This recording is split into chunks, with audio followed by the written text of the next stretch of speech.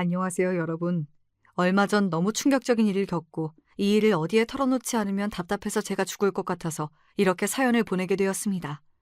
세상에서 가장 행복해야 할 날인 아내의 출산일에 저만큼 충격적인 일을 겪은 사람이 또 있을까요? 이 일을 겪은 후로 저는 너무 스트레스를 받아 다니던 회사도 그만두고 아내와 이혼 소송을 진행하고 있습니다. 지금쯤이면 저도 아빠가 되어 있을 줄 알았는데 아내와 아이 모두와 이별한 채 한 번도 생각해보지 못했던 이혼을 준비하고 있을 줄은 꿈에도 몰랐네요. 한 치 앞도 모르는 게 세상 일이라지만 그래도 영화 속에서만 보던 일들이 왜 하필 저에게 일어난 것일까요? 아내도 원망스럽고 세상도 원망스럽습니다. 제가 뭘 그렇게 잘못했길래 이런 벌을 주신 건지. 차라리 주변에서 아내와의 결혼을 말릴 때 그 말을 들었어야 했나 봅니다. 얘기하기 전부터 감정이 너무 격해졌네요. 죄송해요. 지금부터 정말 어이없고 화나는 제 이야기를 들려드릴게요. 위로보다는 함께 욕이나 해주시면 감사합니다. 저는 착실히 회사를 다니고 있는 직장인입니다. 대기업은 아니지만 잘 나가는 중소기업쯤 되는 것 같아요. 어느 날 회사 선배가 부업이나 투자를 해볼 것을 권하더군요. 월급으로만 살기에 너무 빠듯하지 않냐고.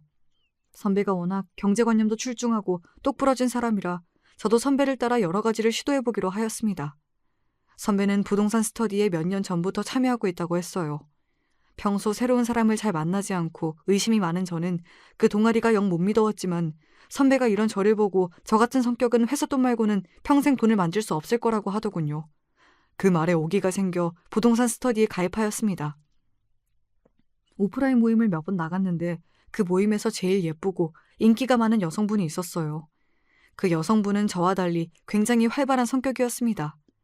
저와 성격은 잘 안 맞지만 외모가 예쁘고 제 말을 잘 들어줘서 저도 모르게 호감이 생기고 있었던 것 같아요. 여러분도 예상하셨겠지만 이 여성분이 훗날 제 아내가 될 사람입니다. 물론 지금은 이혼 소송을 준비하고 있지만요. 사실 저는 아내에게 늘 호감이 있었지만 본격적으로 저희가 눈이 맞게 된 것, 오프라인으로 매물을 구경한 날이었어요. 그날 아내가 술에 많이 취해서 여러 남성분들에게 여러 가지 스킨십들을 하고 있었습니다.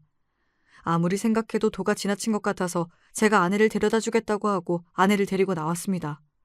그렇게 아내를 집으로 데려다 주고 저는 제 자취방으로 가려던 참이었는데 갑자기 아내가 돌발 행동을 하더군요. 저를 집에 가지 못하게 하는 것입니다. 솔직히 저는 건강한 남자였으니까 이 상황을 어떻게 해야 할까 고민했지만 저는 아내를 지켜줬어요. 그게 제 마음이 편할 것 같았거든요. 그러고 다음날 아내가 저에게 연락을 하여 데려다줘서 고맙다고 밥을 산다 하길래 따로 둘이 만나게 되었습니다. 그리고 그날이 아내와 사귀게 된 첫날입니다. 사실 아내는 너무 예쁘고 말도 잘했지만 한 가지 걸리는 점이 있었어요. 바로 주변에 남사친이 너무 많고 남사친과 너무 많이 친하고 너무 자주 논다는 것이었습니다. 제가 오죽했으면 이 정도로 너무 많다고 말을 할까요? 이 점이 너무 신경 쓰여서 아내와 사귀면서 이 부분에 대해 진지하게 물어본 적이 있었습니다. 그러자 아내는 자신이 여중여고를 나와 남자들이 있는 대학교 생활을 힘들어했는데 남사친들이 그때 자신을 챙겨줘서 지금처럼 친하게 지내고 있는 거라고 하더군요. 그때 남사친들이 아니었으면 대학교 적응을 못했을 것이라면서 정말 친구 그 이상도 그 이하도 아니랍니다. 여행도 자주 같이 갔었는데 아무 일도 없었다며 아내가 너무 단호하게 말하길래 그때는 아내를 믿어보기로 했습니다. 하지만 그 말을 믿은 걸 몇 달이 안 돼서 후회하고 말았죠. 제가 직접 말도 안 되는 아내와 남사친의 데이트 현장을 목격했거든요. 그날은 아내가 생일 기념으로 남사친들과 논다길래 제가 허락해준 날이었습니다. 사실 남사친과 노는 문제로 그 전부터 아내와 다툼이 있었는데 아내가 늘 결혼한 것도 아닌데 친구 만나게 하는 것도 못하게 하면 답답해서 어떻게 사귀냐고 하더군요. 아내의 말도 일리가 있다 싶어서 남사친에게 느껴지는 불길한 느낌을 참고 아내를 보내준 것이었습니다. 그날 저는 아내와 데이트가 없었기에 누나와 어머니와 함께 오랜만에 레스토랑을 예약을 해서 함께 밥을 먹기로 했고 아내가 어디 있냐는 가족들의 물음에는 아내가 생일 기념으로 친한 친구들과 만나고 있다고 얘기했었죠. 그런데 그 순간 제 눈앞에 정말 어이없는 상황이 발생했습니다. 아내가 저와 데이트할 때보다 더 예쁜 차림으로 남사친 한 명과 레스토랑에 들어오는 것이었어요. 마치 둘이 연인 같더군요. 너무 놀랐지만 바로 다가가지 않고 지켜보고 있었는데 좀 있으니 레스토랑에서 생일기념 파티를 해주더군요. 여기서 정말 어이가 없는 게 뭔 줄 아시나요? 그 남사친이 아내의 생일을 맞아 고백 파티를 했다는 것이었어요. 심지어 그 고백을 받고도 남자친구가 있다는 얘기도 하지 않고 아내는 감동의 눈물을 흘리더군요. 정말 기분이 더러워서 당장 아내에게 달려갔습니다. 너 여기서 뭐해? 친구들이 생일 기념으로 파티해준다더니 그게 남사친이 해주는 고백 파티였냐? 진짜 어이가 없다. 당신이 왜 여기 있어? 설마 내가 남사친이랑 뭔 짓 할까봐 나 미행한 거야? 미행은 무슨. 나도 엄마랑 누나랑 레스토랑 온 거거든? 너가 올 줄도 몰랐고 이렇게 고백받고 있을 줄은 더더욱 몰랐다. 이참에 그냥 저 남사친으로 갈아타지 그래? 어? 너무 화가 나서 아내에게 이런 말을 하고 그 상태로 식당을 나왔습니다. 제가 나가자마자 아내가 계속 전화가 오더군요. 아내가 하도 사정사정을 하길래 다음날 아내를 만나 자초지종을 들어보았습니다. 알고 보니 친구들이 다 모이기로 했는데 전부 일이 있어서 못 왔고 비싼 식당을 예약해둬서 돈이 아까워서 밥만 먹고 가려고 생각 중이었대요. 남사친이 고백할 줄은 생각도 못했고 자기를 좋아하는 줄도 몰랐다고 하네요. 제가 남자친구 있다는 얘기를 안 했냐고 물어봤는데 그 남사친이 요즘 제 여자친구가 남자친구 얘기를 도통 안 하길래 헤어진 줄 알았답니다. 아내는 당연히 고백은 안 받을 생각이었고 정중하게 거절하려 했는데 그때 제가 뛰쳐나온 거라네요. 앞으로 절대 이런 일 없을 것이라고 한 번만 더 믿어달라길래 바보같이 제가 알겠다고 했습니다. 지금 생각하면 이때부터 남사친 문제를 제대로 끊었어야 했는데 말이죠. 솔직히 얘기하면 그 이후에도 아내에게 뭐하고 있냐고 물어보면 늘 남사친과 같이 있었어요. 몇 번 화를 내기도 했지만 이런 게 아내에겐 너무 일상이었고 저도 아내와 더 싸우기 싫어서 어느 순간부터는 그냥 내버려둔 것 같네요. 저는 아내와 사귀고 나서도 부동산 스터디를 계속했었는데 아무래도 스터디 사람들이 알면 불편할까봐 저희는 사귀는 걸 비밀로 하기로 했어요. 근데 저 남사친 고백 사건이 있고 난 후 스터디에서 아내와 친한 남자들을 보니 다 아내에게 마음이 있는 것 같더군요. 더 화가 나는 건 아내는 남자들이 하는 은근한 스킨십을 다 받아주고 있었습니다. 예를 들자면 머리 쓰다듬는 것과 어깨동무부터 시작해서 입에 묻은 것 닦아주는 것 등이요. 또 남자들이 시집을 오라거나 밤에 둘이 따로 만나자고 얘기해도 늘 오케이를 하고 있더군요. 장난인지 진담인지 진짜 둘이 저 몰래 밤에 보고 있는 건지 도저히 알 수가 없어서 스터디 안에 있는 모든 남자들이 굉장히 거슬렸어요. 하지만 제가 뭐라 할 만큼의 큰일은 없었길래 그냥 참고 있었죠. 지금 생각해보면 제가 보살이네요. 하지만 아내의 그 행동은 저한테만 거슬렸던 것이 아니었나 봅니다. 얼마 후 부동산 스터디에서 아주 큰일이 터지고 맙니다. 야, 너 미쳤냐? 내 남자친구한테 밤에 따로 만나자고 하고 집에 오라고 꼬리치는 거 내가 다 봤는데 왜 발뺌이야? 어머, 저는 언니 남자친구인 줄도 몰랐어요. 그리고 선배가 집 가는 길에 비가 갑자기 오는데 저희 집 보인다고 해서 잠깐 들어오라 한 거예요. 저는 나쁜 마음으로 한 행동이 아무것도 없어요. 야, 거짓말 하지 마. 너가 집에 혼자 있어서 무섭다. 오빠 집이랑 우리 집이 가깝다부터 시작해서 아예 대놓고 밤에 와주세요 말하고 있었잖아. 야, 너 남친도 있다며. 누군지 모르지만 네 남친 진짜 불쌍하다. 네가 이런 식으로 남사친들한테 맨날 꼬리치고 있는 건 아니? 어? 결국 아내는 그날 부동산 스터디 선배한테 된통 혼이 난 후에 부동산 스터디를 나오게 되었습니다. 이 일이 있고 나서 저는 사람들한테 사실 제 여자친구라고 얘기를 했는데 사람들이 다 놀라면서 얼른 헤어지라고 하더군요. 아내가 이때까지 한 행동을 보면 너무 행동이 싸 보이고 남자를 심하게 좋아하는 것 같아서 제가 아깝다고 했습니다. 근데 그때는 제가 콩깍지가 씌었는지 그냥 사람들이 아내 욕하는 게 듣기 싫어서 화를 내면서 홧김에 부동산 스터디를 나왔습니다. 참, 아내를 만나고 나서 저에게 많은 일이 생기는 것 같아요. 저는 원래 굉장히 안정적이고 주변 환경에도 변화가 많이 없는 무던한 편이었는데 아내를 만나면서 한 달에 4-5번 이상 큰 사건이 생기고 이렇게 부동산 스터디에도 화를 내고 홧김에 나오는 등 충동적인 행동을 많이 하기도 했어요. 그날 스터디를 나오고 나서 혼자 아내와 선배의 대화를 곰곰이 곱씹어 봤습니다. 정말 머리가 복잡하고 어지럽더군요. 사실 저 선배가 말하는 불쌍한 남자친구가 바로 저잖아요. 사실 얼마 전에 비가 정말 많이 올 때 아내는 저에게 무섭다고 했어요. 제가 당장 간다고 하자 저한테는 비 때문에 위험하다고 절대로 오지 말라고 했는데 다른 남사친을 초대하느라 그랬나 보네요. 이 일로 저는 아내에 대한 신뢰를 잃었고 결국 저는 아내에게 오랜 고민 끝에 헤어지자고 했습니다. 그랬더니 아내가 저한테 폭탄 발언을 하더군요. 지금 생각해도 이 폭탄 발언을 받아준 저도 어이없지만 이 상황에 이런 치트키를 사용한 아내도 대단하다고 생각이 드네요. 정말 미안해. 선배 말은 다 사실이 아니야. 내가 자기한테 거짓말 하려던 건 아니었어. 사실 내가 혼자 있는 걸 극도로 싫어해서 늘 사람들이랑 같이 있는 거거든. 비가 너무 많이 오고 갈수록 무서운데 자기한테 와달라고 하기는 너무 미안한 거야. 근데 마침 저 남자 선배가 내 집 쪽이고 비가 많이 와서 힘들다길래 잠깐 쉬었다 가라고 한 거야. 나는 부동산 스터디에 여자친구가 있는 줄도 몰랐고 자기가 항상 내 남사친 문제로 신경 쓰는 것 같아서 이번에도 괜히 싸울까 봐 일부러 얘기 안 한 거였어. 나는 자기 정말 사랑해. 자기야, 설마 나랑 끝내려던가 뭐 그런 말도 안 되는 생각을 했던 건 아니지? 미안한데 늘 문제가 생길 때마다 넌 이런 식으로 얘기했어. 그냥 더 이상 너랑 남자들 사이에 뭔 일이 있었는지 알고 싶지도 않아. 난 정말 지쳤어. 넌 늘 활발하고 주변에 남사친도 많은데 나는 그런 성격이 아니야. 더 이상 너를 감당하지 못하겠어. 너가 늘 어디로 튈지 모르겠고 또 뒤에서 남사친들과 어떤 짓을 하고 있을까 무서워. 그만하자. 뭐? 난 이 상태로 자기랑 못 끝내. 내가 불안하다면 나에게 좋은 방법이 있어. 우리 결혼하자. 결혼하면 내가 이제 당신 거라는 걸 모두가 알 수 있잖아. 우리 결혼하자. 어? 저는 그렇게 아내에게 정말 황당한 프로포즈를 받았습니다. 그때는 왜 그랬는지 아내의 말에 설득이 되더군요. 결혼을 하면 아내가 조금 더 안정적으로 살 것이고 지금 같은 행동은 안 할 것이라고 생각했나 봅니다. 여러분, 제 프로포즈 썰 정말 어이없으시죠? 헤어지자는 말에 결혼하자는 대답이 먹힐 수도 있다니. 참 그때는 그냥 제가 아내가 너무 좋았나 봅니다.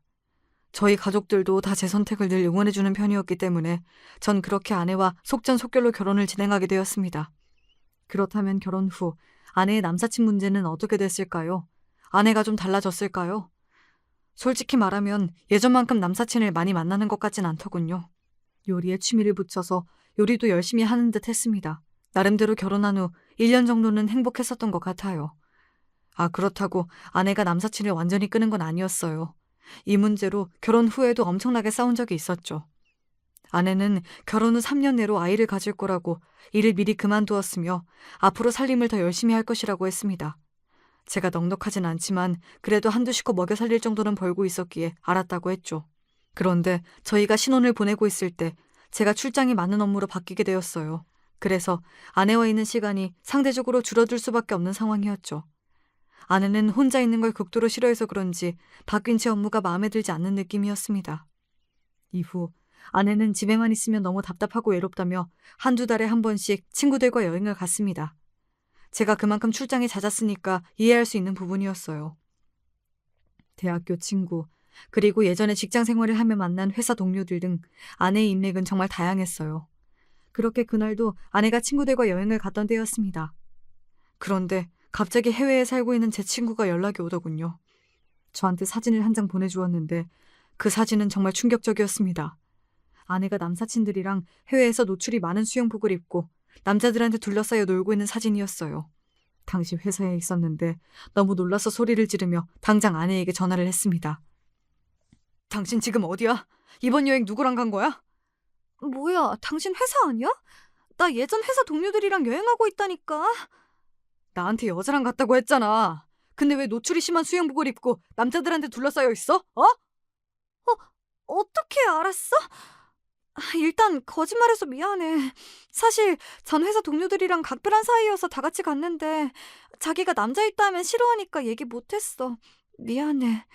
근데 여기 여자 남자 다 같이 있고 그냥 수영장에 온 거지 아무 일도 없어. 정말이야. 자세한 얘긴 집에 와서 하자. 제발 이런 거짓말 안 했으면 좋겠다. 이럴 때마다 나 너무 힘들어. 별의별 상상을 다 하게 된다고. 그렇게 화를 내며 전화를 끊었습니다. 그러자 아내는 장문으로 사과 메시지를 보내더군요.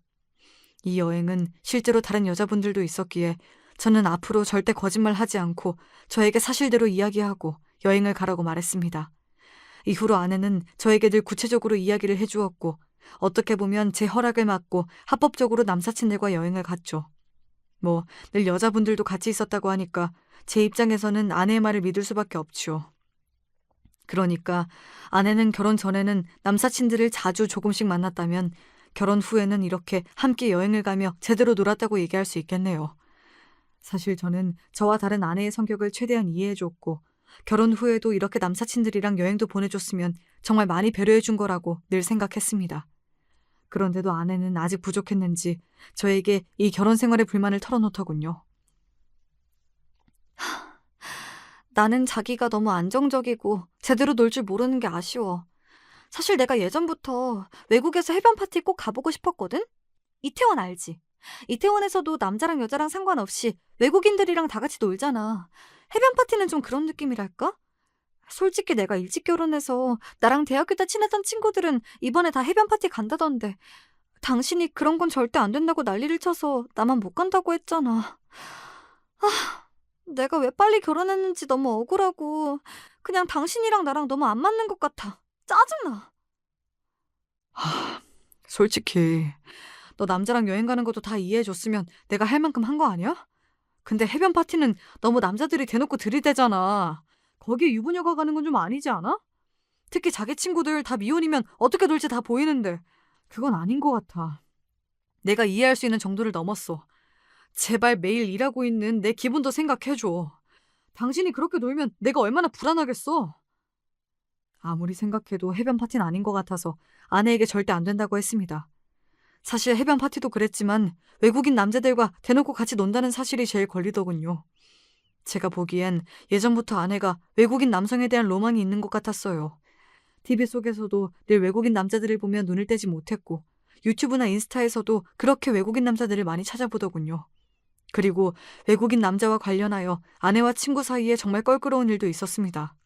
어느 날 아내의 친한 친구와 함께 밥을 먹기로 했는데 아내의 친구가 남자친구를 데리고 왔더군요. 그분은 흑인 남성이었습니다. 키도 크고 이목구비도 너무 커서 저도 보자마자 깜짝 놀랐어요. 아내는 정말 그 흑인에게서 눈을 떼지 못하더군요. 어머, 뭐야? 너 언제 이런 남자친구분을 만났어? 진짜 대박이다. 대놓고 부러워하는 티를 내던데 솔직히 기분이 안 좋았지만 저도 신기한 마음은 있었기에 그냥 참았습니다. 그런데 며칠 후 아내의 친한 친구가 저한테 따로 연락을 해왔습니다. 아내가 친구의 남자친구분께 친구 몰래 문자를 보냈다고 하더군요. 그리고 아내의 친구가 보여준 문자 내용은 정말 충격적이었습니다. 안녕하세요. 저 그때 식당에서 희주랑 같이 뵀었는데 기억하시죠? 저는 너무 잘생기셨어서 기억하고 있습니다. 사실 제가 희주와 관련해서 할 말이 있는데 따로 뵐 수 있을까요? 희주랑 제 남편한테는 절대 말하지 않았으면 합니다. 대체 제 아내는 친한 친구의 남자친구에게 왜 이런 문자를 보낸 걸까요? 너무 잘생겨서 기억하고 있다는 이런 말은 솔직히 제가 봐도 너무 오해를 살 수 있어서 할 말이 없었습니다. 그 순간 아내가 남사친 문제 때문에 다른 여자들이랑 싸웠던 예전 기억들이 떠오르면서 갑자기 미친 듯이 스트레스가 올라오더군요. 저와 아내의 친한 친구는 이 문자를 보고 아내에게 왜 이런 문자를 보냈냐고 물었는데 아내는 당황하더니 이렇게 핑계를 댔습니다. 아니, 나는 희주 깜짝 파티를 해주고 싶어서 남자친구분께 연락을 드린 거야. 정말 다른 이유는 없었어. 믿어줘, 여보. 아내는 친한 친구가 며칠 후에 생일이어서 깜짝 파티를 해주려고 했다더군요. 그러고는 저한테 흑인은 자기 취향이 절대 아니라고 얘기했습니다. 그때도 찜찜했지만 아내를 믿고 싶어서 알겠다고 오해 살 일 없도록 조심하라는 말을 하고 넘겼어요. 그래서 저는 이 일이 있고 나서 더더욱 아내가 외국인 남자랑 만날 일이 없었으면 좋겠다고 늘 생각하고 있었습니다. 그래서 차라리 여자들끼리만 놀러 가는 것보다 아예 친한 남사친들이랑 다 같이 놀러 가면 그래도 외국인 남자를 만날 일은 없으니까 제 마음이 편하기도 했어요. 사실 이런 말을 하면서도 저도 어이가 없습니다. 그런데 이번에는 아내가 일주일 동안 해변 파티 여행을 가고 싶다고 계속 징징거리더군요. 결국 아내의 친구들까지 저한테 정말 문제없이 건전하게 놀고 온다고 문자를 보내길래 하는 수 없이 알겠다고 했습니다. 그리고 이 여행이 나중에 어떤 후폭풍을 가져올지 이땐 몰랐죠. 아내에게 연락이 잘 됐으면 좋겠다고 신신당부했는데 두 번째 날 해변 파티가 있었던 날 정말 연락이 안 되더군요.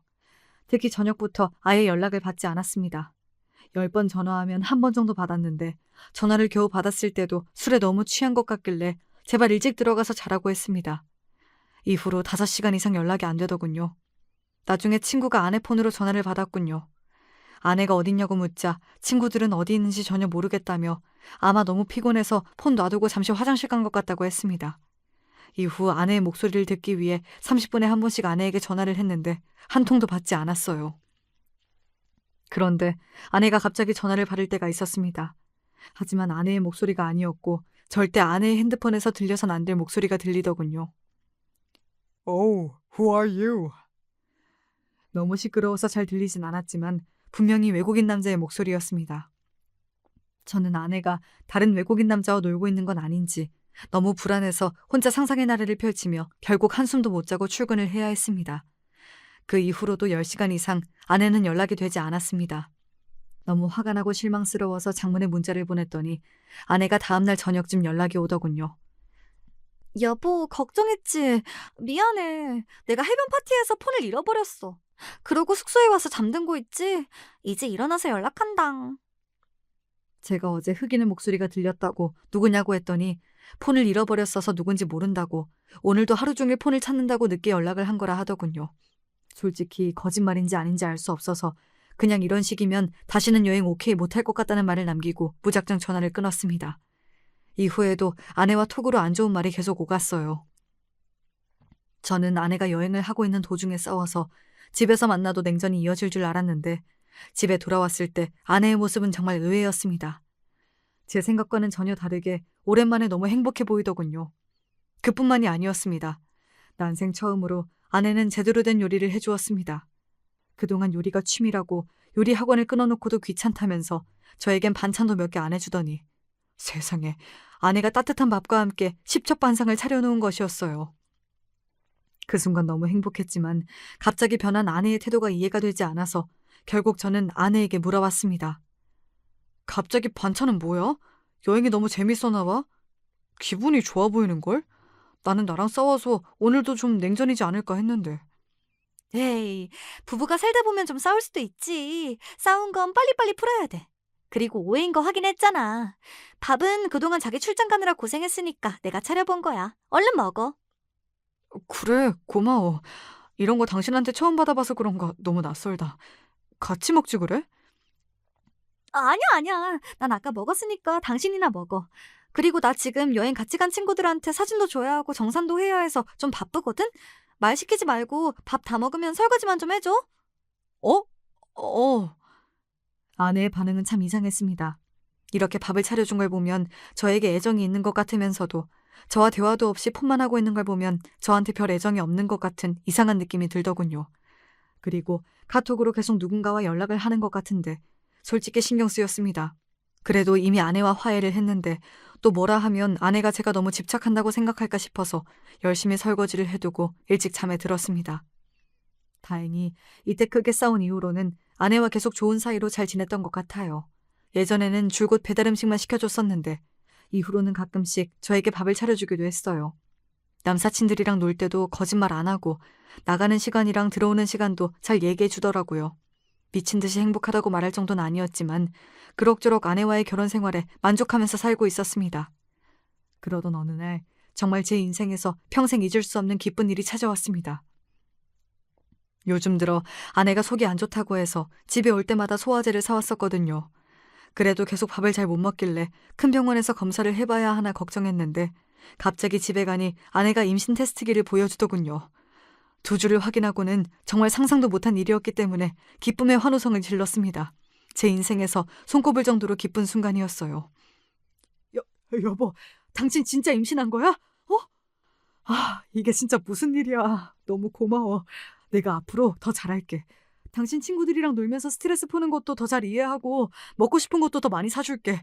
진짜 너무 고마워. 아내에게 연신 고맙다고 사랑한다고 말하고 이 기쁜 사실을 당장 어머니와 누나한테 알렸습니다. 2분 다 너무 좋아하더군요. 회사 사람들에게도 알렸더니 다들 축하한다고 얘기해줬습니다. 사실 아이를 갖고 싶었는데 아직까지 너무 노는 것을 좋아하는 아내에게 아이는 부담이 되지 않을까 싶어 얘기를 안 꺼내고 있었거든요. 그런데 이렇게 아내가 임신 테스트기를 보여주니 예상치 못했던 일이라 기쁨이 2배, 아니 3배가 되더군요. 그렇게 저와 아내에게 생명이 찾아온 만큼 더 성숙하고 행복한 날들을 보내나 했는데 한 달 후 아내에게 정말 생각지도 못한 원망 섞인 이야기를 들었습니다. 있잖아, 요즘 나 너무 우울한 거 알아? 임신해서 조심해야 하니까 밖에도 잘 못 나가는데 당신은 매일 여기저기 출장 가잖아. 참 좋겠다. 난 집에서 심심하고 우울해 죽겠는데. 난 요즘 이 아이가 너무 원망스러워. 왜 우리에게 왔는지. 집에서 하고 싶은 거 다 하면서 푹 쉬고 있는 줄 알았던 아내가 이런 얘기를 꺼내길래 저는 정말 놀랐습니다. 사실 아내가 원하는 건 다 해줬어요. 출장도 거의 2주에 한 번 정도로 줄였고 먹고 싶은 거 갖고 싶은 것도 다 사줬었거든요. 아내가 너무 예민해진 것 같아서 일단 아내를 진정시키기 위해 그럼 지금 하고 싶은 거나 원하는 게 대체 뭐냐고 물었더니 글쎄 아내가 뭐라고 했는 줄 아시나요? 나는 집에 남사친들을 부르고 싶어. 걔네가 내 삶의 낙인데 내가 밖에 못 나가니까 못 만나잖아. 물론 남사친만 부른다는 건 아니고 그냥 내 친구들을 다 부르고 싶다고. 제가 출장 갔을 때나 회사에 있을 때 집에 남자가 온다는 사실이 솔직히 꺼림칙하긴 했지만 너무 우울하다며 아이와 저를 원망하는 아내의 부탁을 거절할 수가 없어 알았다고 얘기했습니다. 그 대화 이후로 저희 집에는 아내의 남사친들이 정말 많이 찾아왔고 밤새 노는 날도 많았습니다. 결국 저는 잠도 제대로 못 자고 회사에 나가는 날도 있었습니다. 어느 날 어머니가 오시기로 한 날을 아내가 잊어버려서 아내의 친구들이 아침부터 집에 있는 모습을 보고 엄마가 저에게 화를 내기도 했어요. 임산부가 저래도 된다니? 나 참 어이가 없어서. 결혼한 집에 남자랑 여자가 아침부터 저렇게 많이 있는 건 처음 본다. 임신 중이라 내가 별말 안 했으니까 너가 따끔하게 혼 좀 내렴. 저는 어머니에게 알겠다고 한 후 아내에겐 제발 우리 가족이 오는 날만이라도 예의상 신경을 써달라고 부탁했죠. 하지만 아내는 그마저도 제대로 하지 않았습니다. 그렇게 겨우 아내의 비위를 맞추며 저는 빨리 출산일이 다가오기만을 기다렸어요. 지금 생각해보면 제가 아내가 임신한 후 숨을 쉴 수 있는 날은 지방으로 출장을 갔을 때뿐이었던 것 같아요. 어느 날은 아내가 너무 답답하다고 친구들과 밖에서 논다고 하더군요.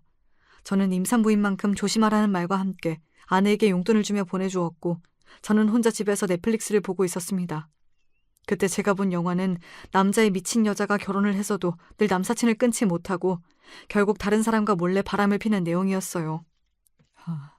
영화에 나오는 여자의 모습이 알게 모르게 아내의 행동과 닮아 있어서 짜증이 나더군요. 영화의 마지막은 여자가 아이를 낳았지만 아빠도 알 수 없어 아빠를 찾고 있는 결말이었습니다. 영화에선 나름 코믹한 결말로 묘사되었지만 현실이라고 생각하면 정말 끔찍한 일이잖아요. 저는 그 영화를 보고 이유는 모르지만 짜증이 나서 아내 보고 그날 일찍 들어오라 했더니 또 저에게 왜 그러냐며 되려 짜증을 내더군요. 이 와중에 갑자기 택배가 하나 도착했습니다. 어머니가 아내가 임신하고 나서 힘들다고 몸에 좋은 것을 또 보내준 것이었습니다. 아내는 늘 어머니의 택배를 받고도 고맙다는 말조차 하지 않았어요. 오히려 안 먹는 걸 왜 보내냐며 짜증을 냈죠. 그래서 제가 대신 어머니께 감사 인사를 하며 늘 임산부 며느리가 어딨냐는 어머니의 물음에 잠이 들었다고 거짓말을 해야 했습니다. 결혼을 해도 변하지 않는 이런 아내의 모습을 보며 가끔 이렇게 사는 게 맞나라는 생각이 들었지만 저는 이제 아이의 아빠잖아요. 어떻게든 참았습니다. 그렇게 저는 아내의 눈치를 보며 겨우 출장 업무를 다녀오고 아내는 친구들과 놀고 있고 이런 상황을 반복하고 있던 도중 제 인생에서 가장 황당하고 소름 돋는 일이 생겼습니다. 정말 다시 생각하기도 싫을 만큼 끔찍한 일이에요. 그날은 아내의 출산 예정일이 한 달쯤 남아서 제가 안심하고 출장을 간 날이었습니다. 지방 숙소에 도착하자마자 아내가 긴급하게 전화가 오더군요. 여보, 어떡해. 너무 힘들어. 나 벌써 양수가 터진 것 같아. 지금 빨리 와주면 안 돼? 아파. 아내의 비명을 들은 저는 깜짝 놀라서 급히 회사에 양해를 구하고 병원으로 달려갔습니다. 회사 사람들은 다행히 걱정 말고 갔다 오라고 나중에 아이 사진 보내달라면서 저를 축하해 주더군요. 눈치 주는 회사도 있었다고 했는데 정말 다행이었습니다. 이후 당장 어머니와 누나에게 전화를 해서 아내와 함께 병원에 가달라고 부탁했죠. 병원에 갔더니 아내는 정말 힘들어 보였습니다. 몇 시간째 진통이 이어지고 있었는데 그 모습을 보니까 아내에게 정말 잘해야겠다는 생각이 들더군요. 출산이 이 정도로 힘든지 몰랐거든요. 아내는 저를 보자마자 울면서 소리쳤어요. 여보, 왜 이제 왔어? 나 좀 살려줘. 너무 아파. 진짜 죽을 것 같아. 이후 아이가 나올 것 같다는 아내의 소리와 함께 출산을 돕는 촉진제가 아내에게 투여되었습니다. 출산 도중 아빠가 중간에 들어가서 보는 경우도 있다는데 제 아내는 저에게 아무리 자기가 힘들어해도 절대 들어오지 말라고 신신당부를 했었어요. 예전에 친구의 남편이 출산 장면을 보고 친구와 부부관계를 피하는 경우가 있었다는 것을 친구에게 들었다고 얘기하더라고요.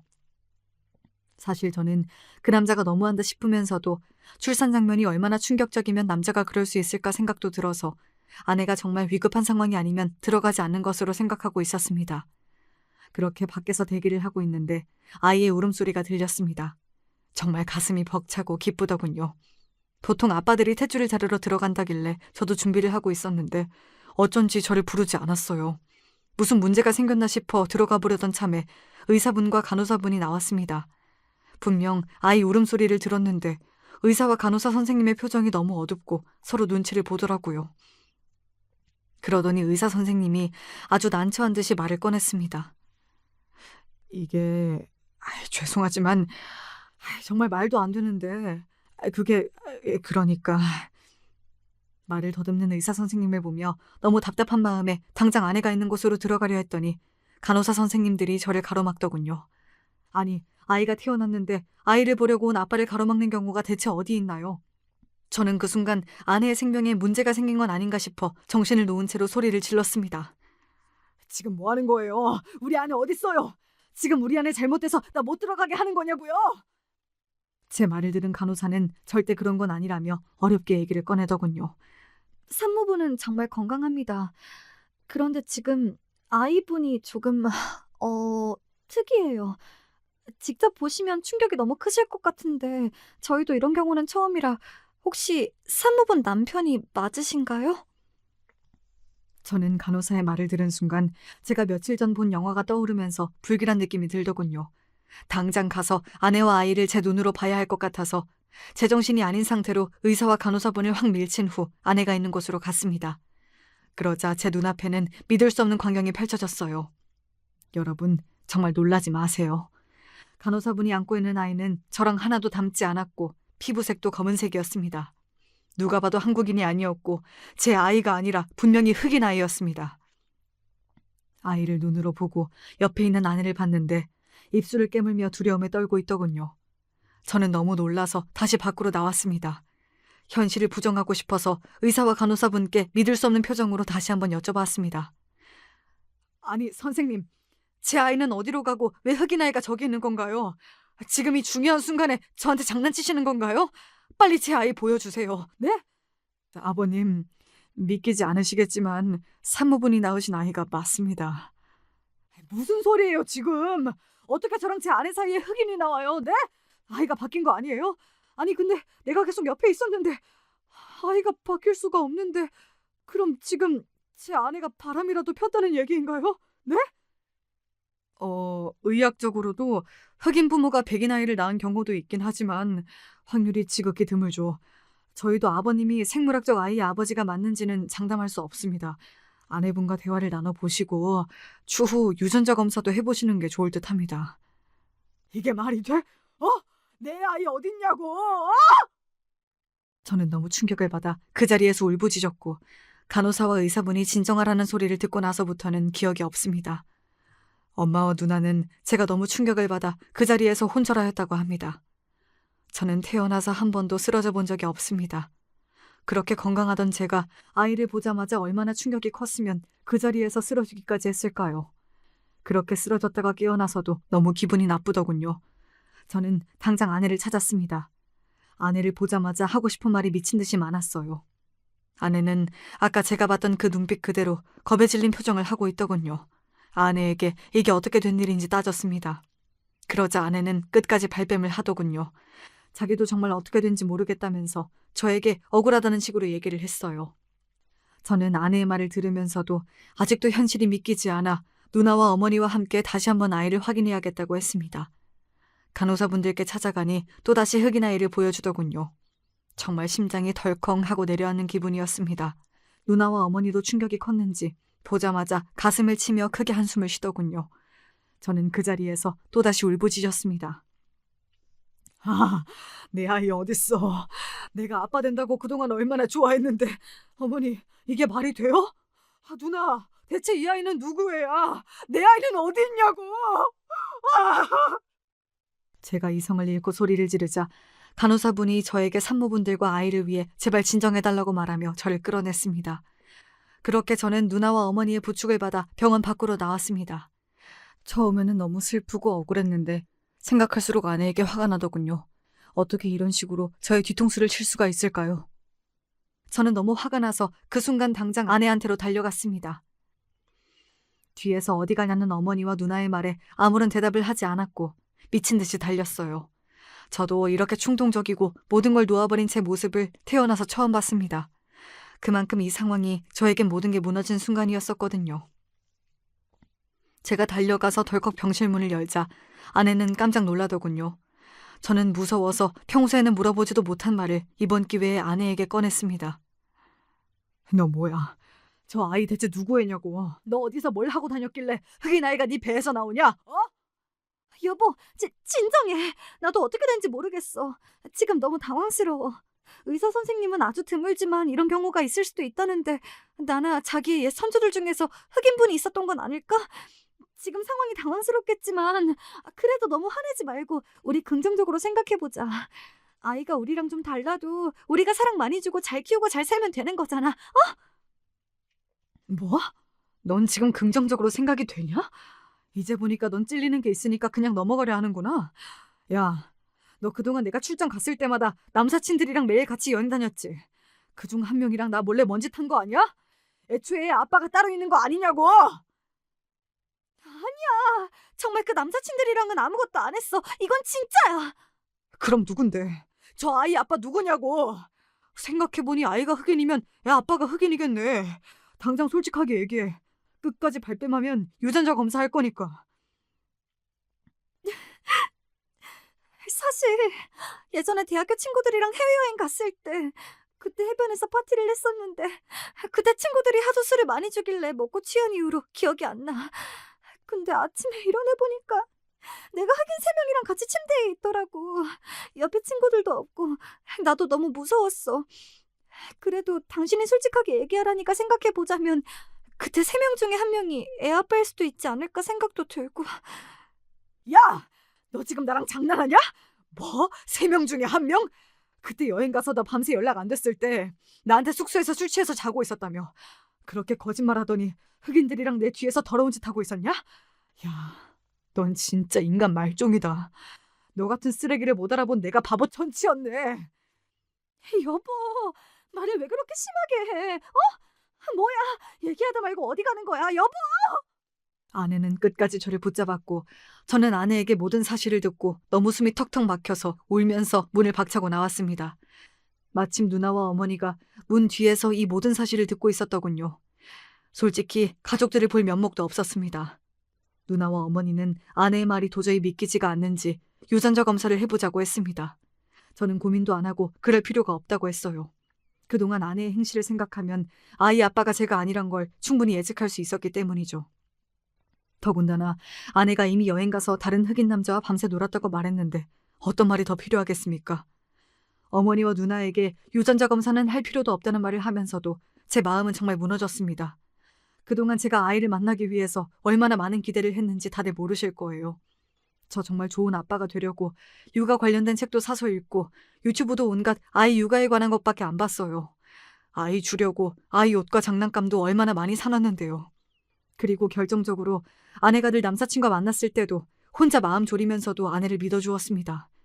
출산 중인 아내의 기분을 최대한 배려하기 위해서였죠. 하지만 저는 결국 제 인생에서 가장 기대하고 행복해야 할 날인 제 아이가 태어나는 날 아내에게 배신을 당하고 말았습니다. 여러분, 어떻게 해야 그동안 제가 아내를 사랑했던 시간, 아이를 기다렸던 시간을 보상받을 수 있을까요? 이후로 저는 너무 억울해서 회사도 그만두게 되었고 술에 취해서 겨우겨우 살았습니다. 이후 아내는 저에게 계속 연락을 해왔어요. 저는 아내의 전화를 받지 않았습니다. 더 이상 할 말도 없었고 휴대폰에 뜨는 아내의 번호를 볼 때마다 그 흑인 아이가 떠올라 역겹더군요. 그러다가 좀 정신이 차려질 무렵 아내에게 마지막으로 문자를 보냈습니다. 제가 할 수 있는 가장 최악의 쓴소리는 다 한 것 같아요.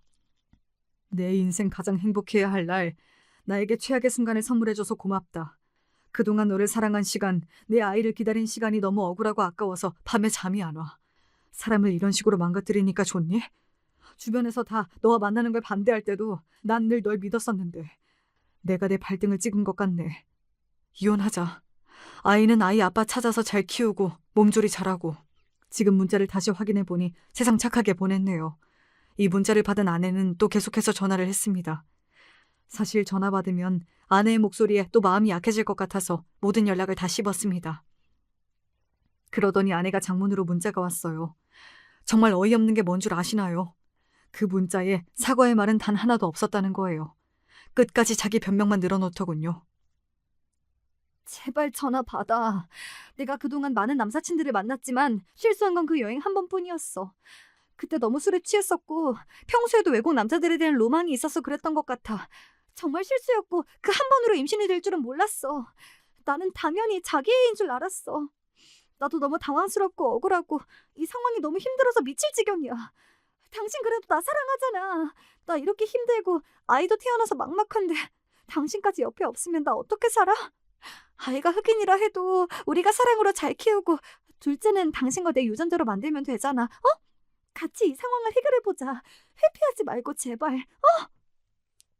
참, 이게 무슨 개가 짖는 소리인지 모르겠네요. 결국 자기가 힘들고 자기가 친 사고가 감당이 안 되니까 저한테 옆에 있어달라 이 말 아닌가요?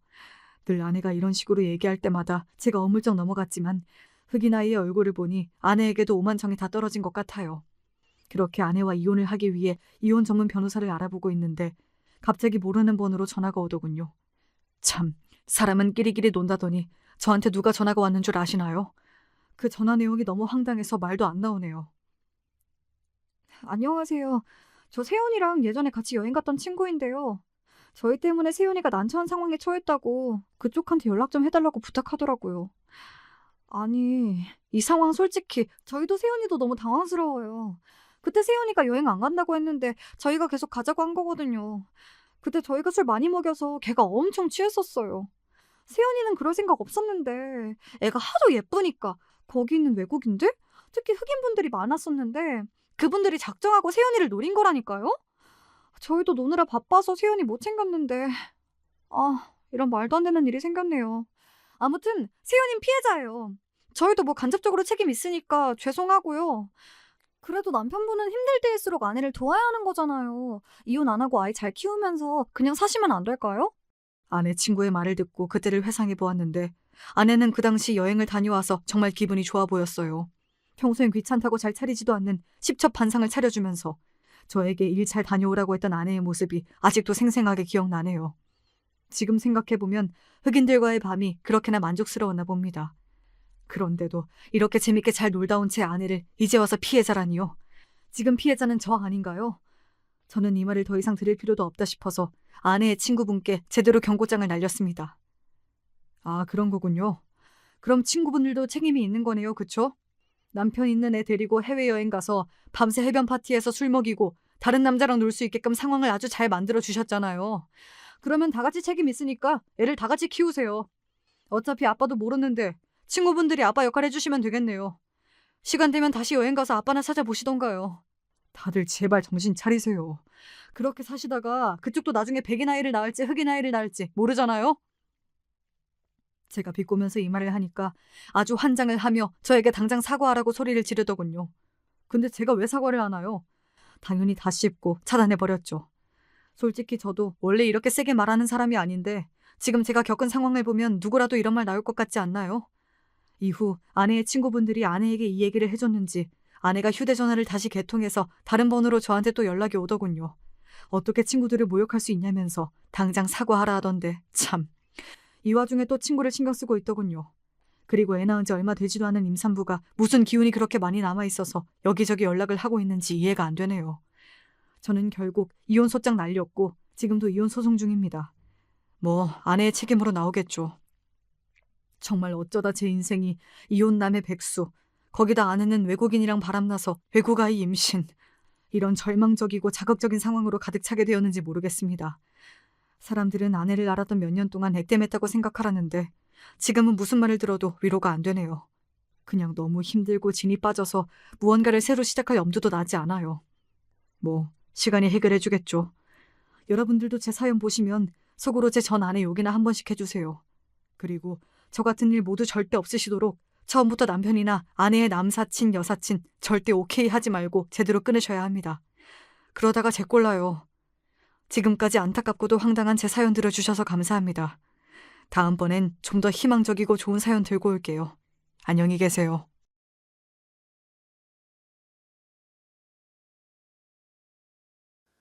안녕하세요. 저는 올해 36살이 된 기혼 여성이에요. 결혼 6년 차이고 아이는 아직 없습니다. 저는 남편과의 사이는 아주 좋지만 아직 아기가 없어서 주위 사람들의 걱정이나 관심을 한 몸에 받고 있습니다. 사실 저는 주변 사람들의 그런 과한 관심이 너무 싫을 때가 많아요. 하지만 어쩌겠습니까? 한국에 살고 있는 제 나이 또래 사람들은 결혼을 했으면 당연히 아기 낳는 것을 전제로 사는 사람들인걸요. 저 역시도 아기가 무척 갖고 싶습니다. 그런데 제 이런 절박함을 이용해서 저에게 저주를 내리려고 한 원수 같은 사람이 있어서 최근에 많은 마음고생을 했고 이제야 겨우 떨쳐내게 되었거든요. 그래서 이 사연에 빠지다 유튜브 채널을 빌려 용기 내서 여러분들에게 제 이야기를 들려드릴까 합니다. 다른 사람의 불행을 이용해서 저주를 하는 사람이 만약 여러분이 싫어도 얼굴을 마주해야 할 가족이라면 어떤 생각이 드시겠어요? 전 처음 이 사실을 알게 됐을 때 너무나도 무서웠어요. 사람의 아기가 이 정도로 마음을 괴롭힐 수 있는 것이구나 하는 생각을 하게 됐답니다.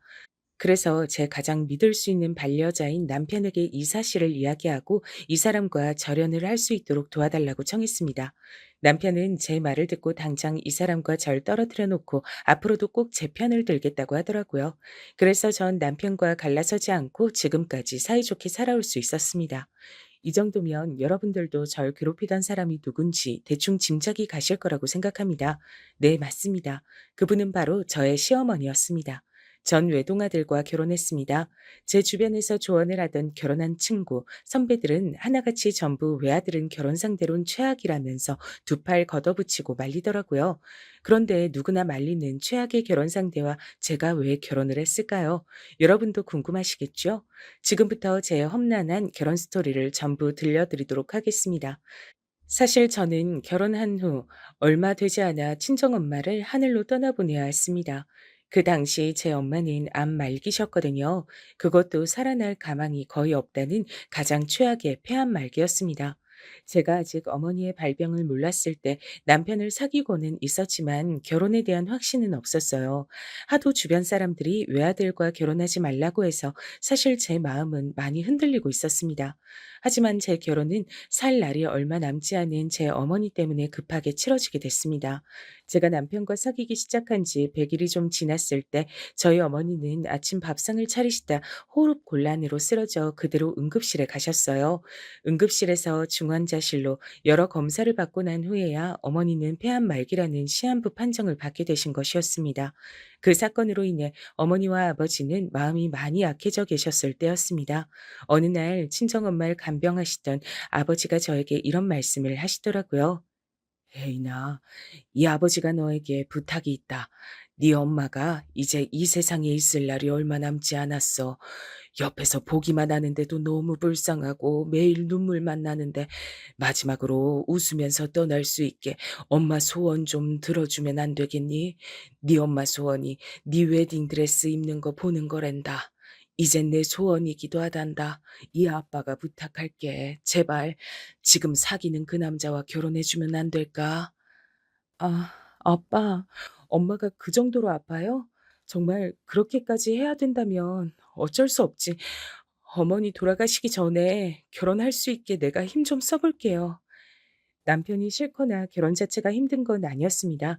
제가 꼭 결혼이 필요하다면 남편과 하겠다고 마음먹기도 했었고 남편에겐 결혼을 못할 정도의 큰 하자가 없었거든요.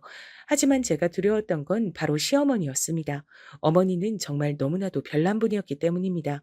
혹시 여러분들 아침 드라마에 나오는 막장 시어머니들을 생각하고 계신가요? 아니에요. 시어머니께선 며느리를 막 구박하고 손찌검을 하시진 않아요. 하지만 전 그보다 더 무서웠던 게 있습니다. 시어머니는 지금도 무당을 맹신하고 계시지만 그때는 당신 별별 이유를 대면서 저와 남편이 결혼을 못하도록 방해를 하셨기 때문이에요. 단지 그 이유가 저희들 궁합이 좋지 않아서라고 하셨습니다. 저희 어머니도 살아가실 때에 교회는 다니셨지만 재미로 점을 보러 가시는 경우는 있어도 이렇게까지 믿거나 하진 않으셨거든요. 근데 시어머니는 그 무당이 정말 신이라도 되는 양 무조건 믿고 따르셨어요. 저희들 결혼하기 전 상견례를 얘기를 할 때도 시어머니는 두 팔 걷고 반대하신다면서 딱 이런 말씀을 하시더라고요. 아들, 얘랑 결혼은 무조건 안 돼. 우리 애기 동자님이 절대로 결혼시키면 불행하다고 했어. 나중엔 이혼하거나 네가 사고 당하는 수가 생긴다고 말이다. 네 여자친구가 재수 없는 사주를 가졌다지 않니? 엄마, 말도 안 되는 소리 하지도 마세요. 요즘이 21세기인데 아직도 그런 무당이니 부적 같은 소리를 하시는 거예요?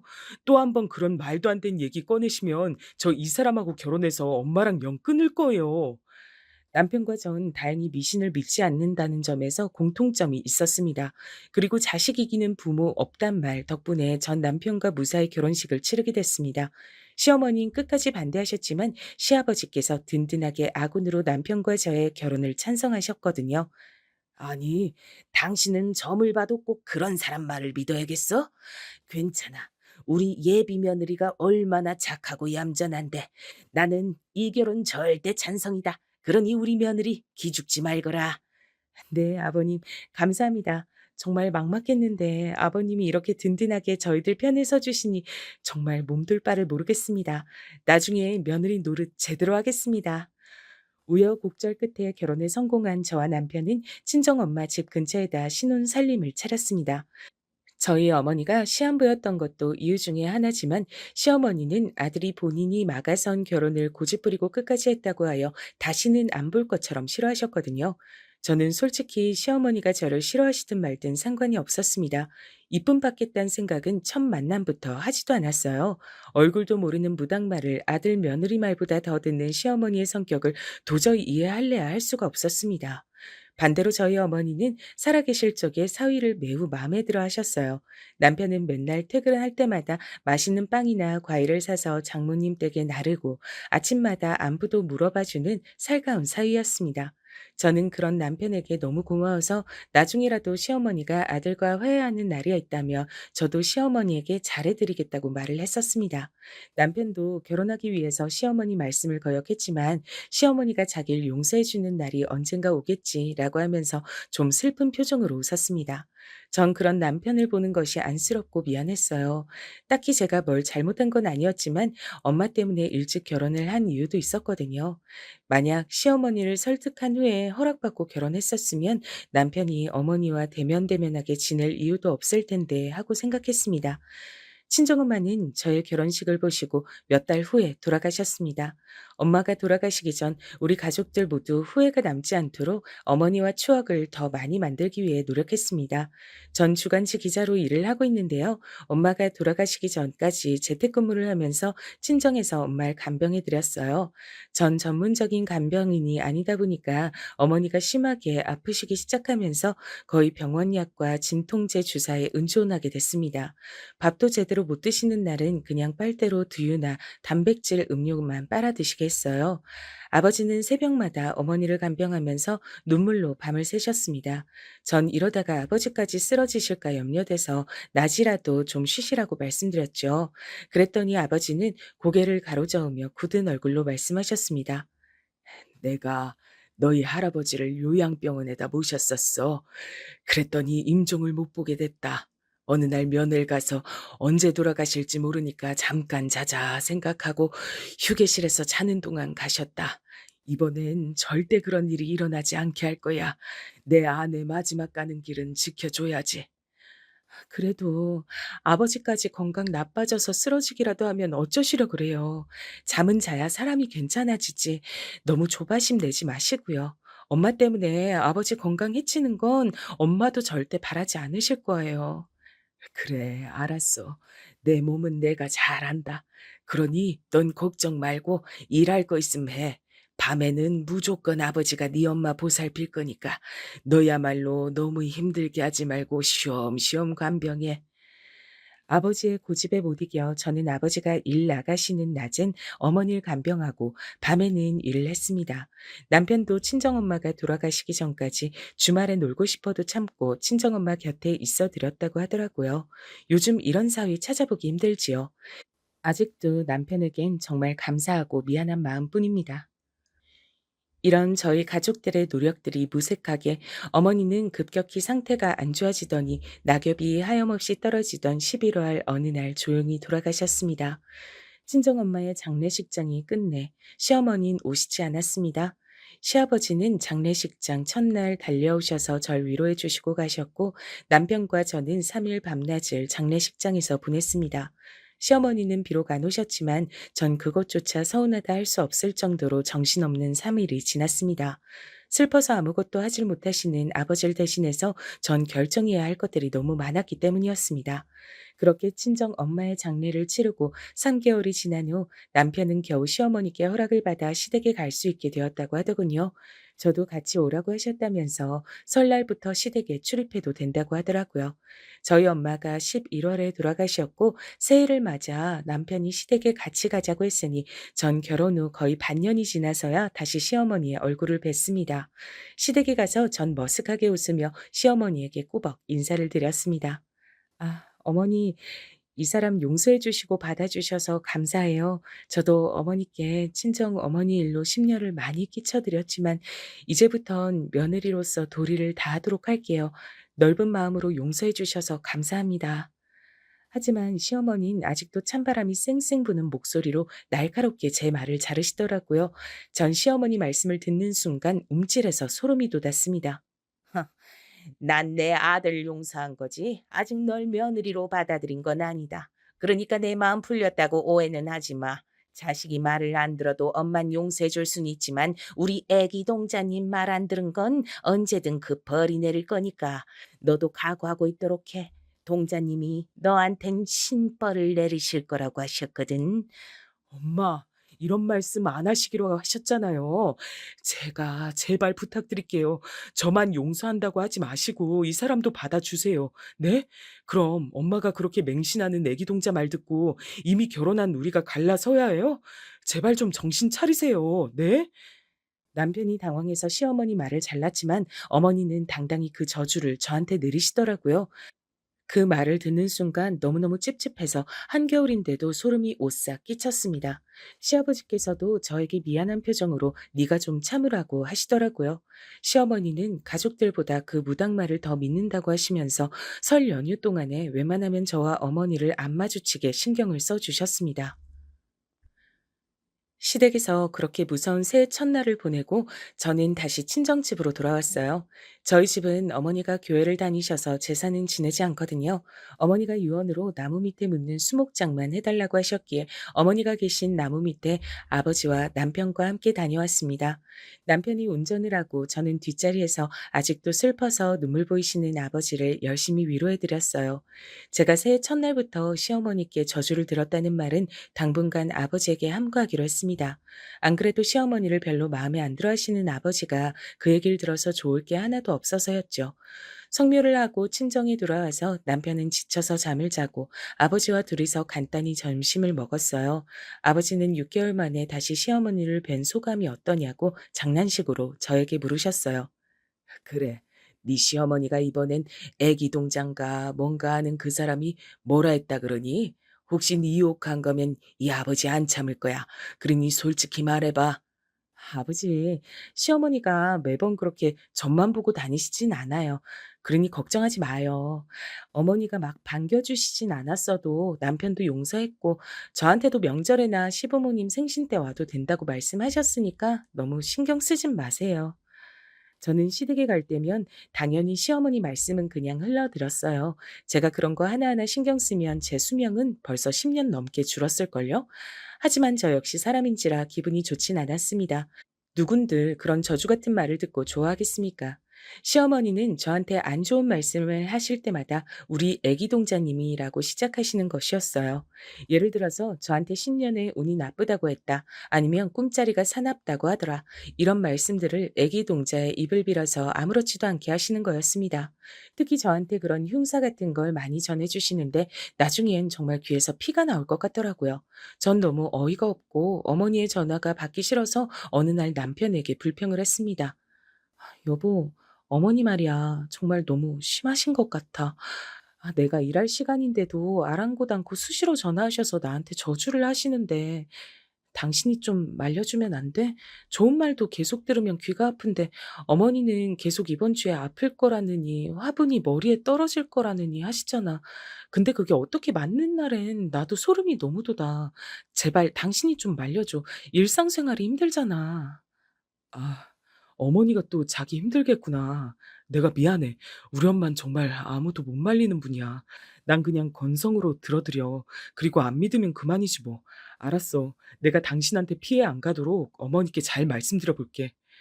남편이 어머니께 전화를 하고 시어머니랑 한참을 싸우고 나서야 며칠은 잠잠하게 넘어갈 수 있었어요. 하지만 남편이 잔소리를 안 한다 싶으면 또 시어머니는 줄기차게 저한테 저주의 말을 전화로 전하시는 것이었어요. 그럴 때마다 남편에게 불평, 불만을 늘어놓기도 좀 애매해서 전 그냥 그런 시어머니를 참고 견디기로 했죠. 제가 기자일을 재택으로 하기도 하는데요. 일에 집중하기 위해서 어머니께 오전 9시에서 5시까진 전화를 하지 말아달라고 부탁을 드렸습니다. 하지만 시어머니는 제 말을 완전히 무시하시고 제가 전화를 안 받으면 문자로라도 그놈의 애기 동자 말을 기어코 저한테 전해주시는 것이었죠. 예. 우리 애기 동자님께 전화해서 물어봤는데 말이야. 너 오늘 오후 5시에서 10시 사이에 교통사고 수가 있대. 그러니까 밖에 절대로 나가지 마. 알겠니? 너 이 시어미 말 들어서 나쁠 건 하나도 없으니 명심해라. 나중에 사고 당하고 후회하지 말고. 알았지? 이런 문자를 하루에 한두 번씩 꼭 받는다고 여러분들도 생각해 보세요. 여러분도 정말로 무섭지 않으실까요? 저는 시어머니의 이런 황당한 이야기를 들을 때마다 수화기를 되도록 멀리 귀에서 떼게 됐답니다. 그러면서 건성으로 네네 하고 확 끊어버렸습니다. 그러면 시어머니는 바로 다시 전화를 해서 어른이 말씀하시는데 왜 먼저 끊어? 그러니 네 엄마가 일찍 돌아가시지. 네 엄마 병사하게 된 것도 나는 신령님께 들어서 알고 있었어. 하면서 이런 기분 나쁜 말씀을 꼭 덧붙이시는 거였습니다.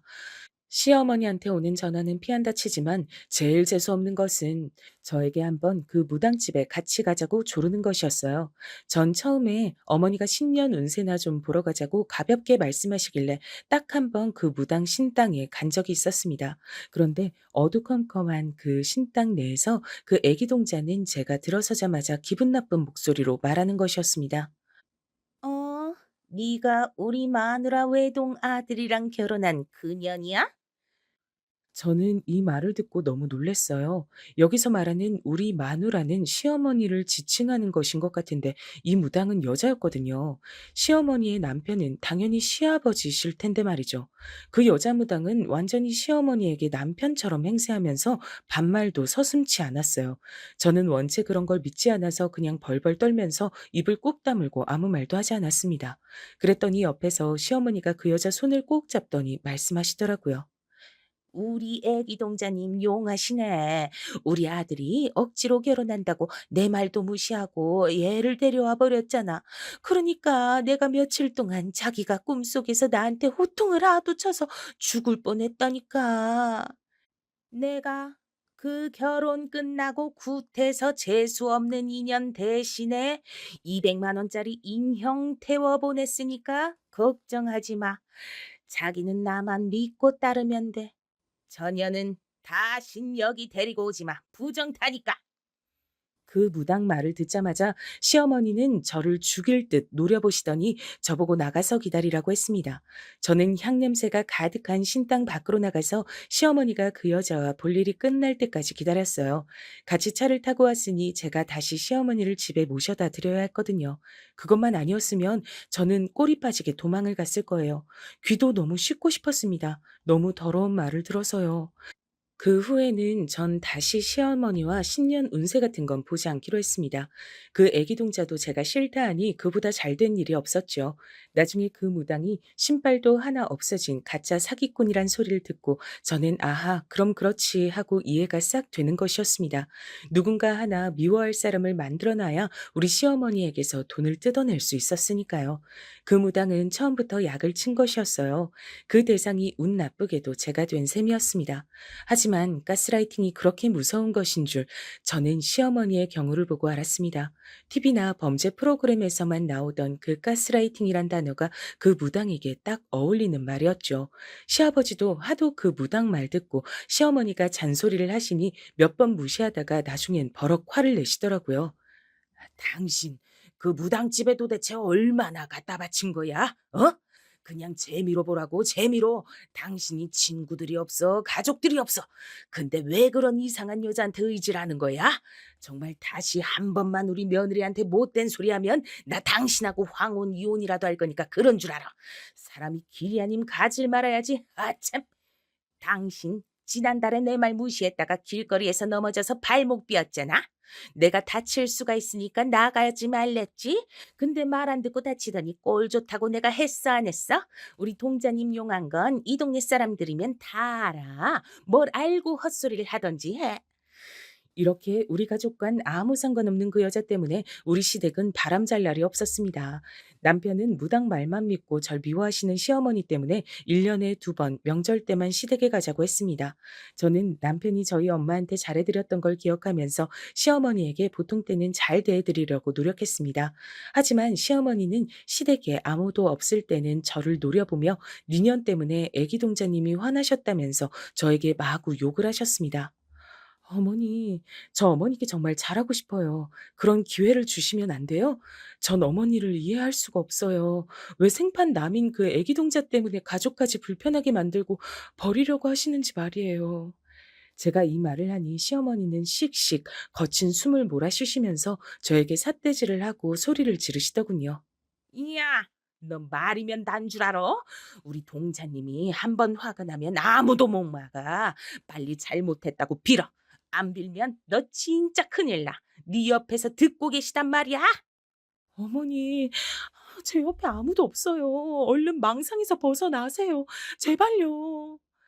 그렇게 기약 없이 싸우고 시간이 지나면 대면대면한 채로 명절마다 만나는 날들이 5년이나 계속된 것이었죠.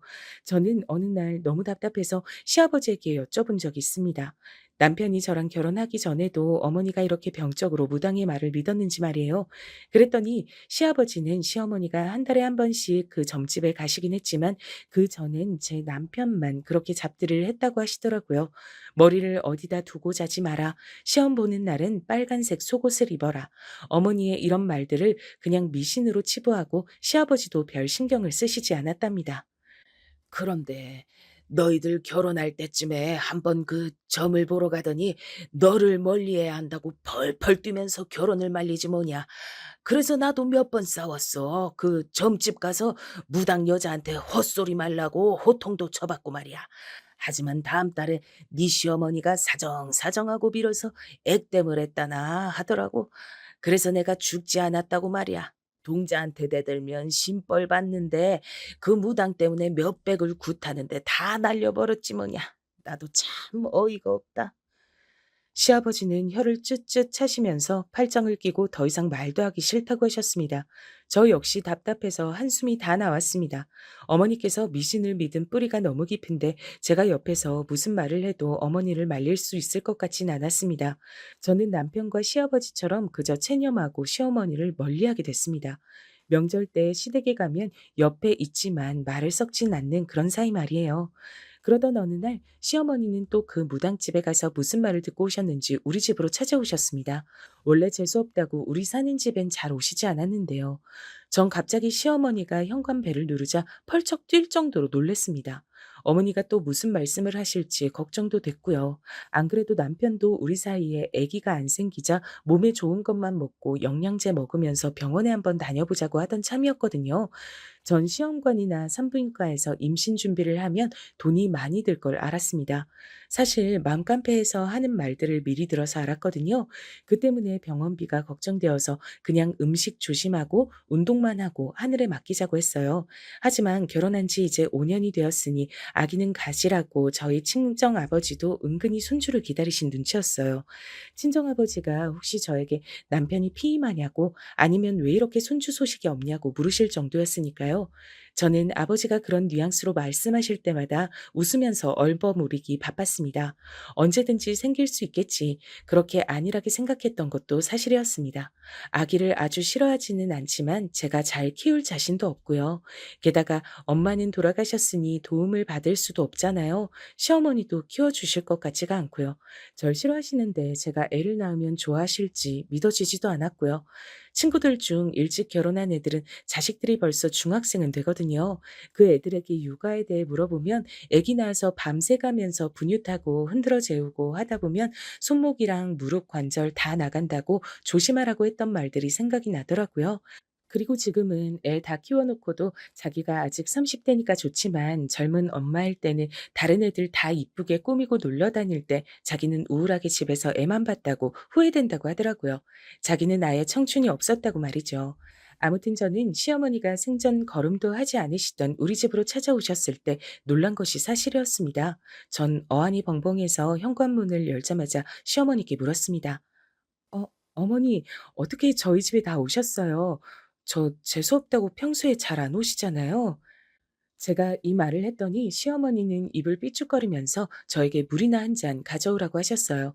저는 시어머니께 드릴 커피를 타오면서 오늘은 또 무슨 저주의 말을 들을지 걱정이 되어서 어머니하고 눈도 못 마주치겠더라고요.